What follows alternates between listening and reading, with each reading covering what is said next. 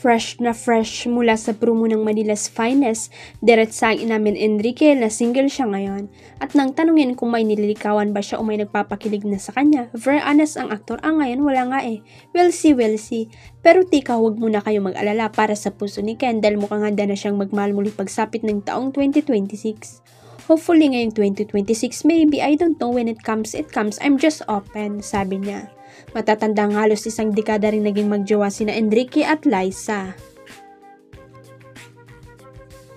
At nitong August 2025, ibinunyag ni Liza na halos 3 taon na pala silang hiwalay mula pa raw noong October 2022. Pero minabuti nilang sarilinin muna ang detalye noon. Pero kahit single si Ken, hindi ibig sabihin walang kapartner dahil todo action siya ngayong Metro Manila Film Festival o MMFF. Viral ngayon ang vlog ni Kim Cho na lumabas noong February 2024 kung saan nagpakonsulta siya sa isang feng shui expert sa Binondo, Manila.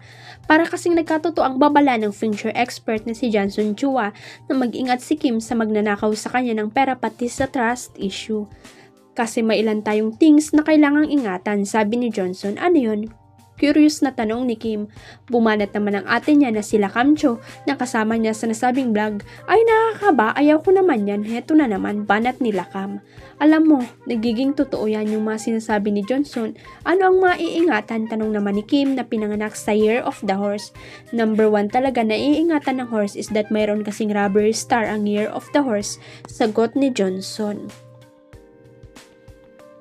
Paliwanag pa niya, ang problema kasi when you talk about robbery, hindi lang naman pera ang ninanakaw.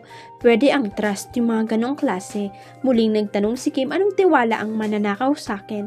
Tapos also mga traitors and backfighters, you also need to be careful din. Mga user, may mga ganoon siya. Muling pagsagot ng feng shui expert. Sinabayan pa si Kim Johnson na mag-ingat. Shucks, magkakaroon pala ako this year ng trust issue. Reaksyon ni Kim, after nga ng 1 year ay natuklasan ni Kim na may kinalaman sila Kam sa pagkawala ng malaking halaga ng pera sa kanyang negosyo.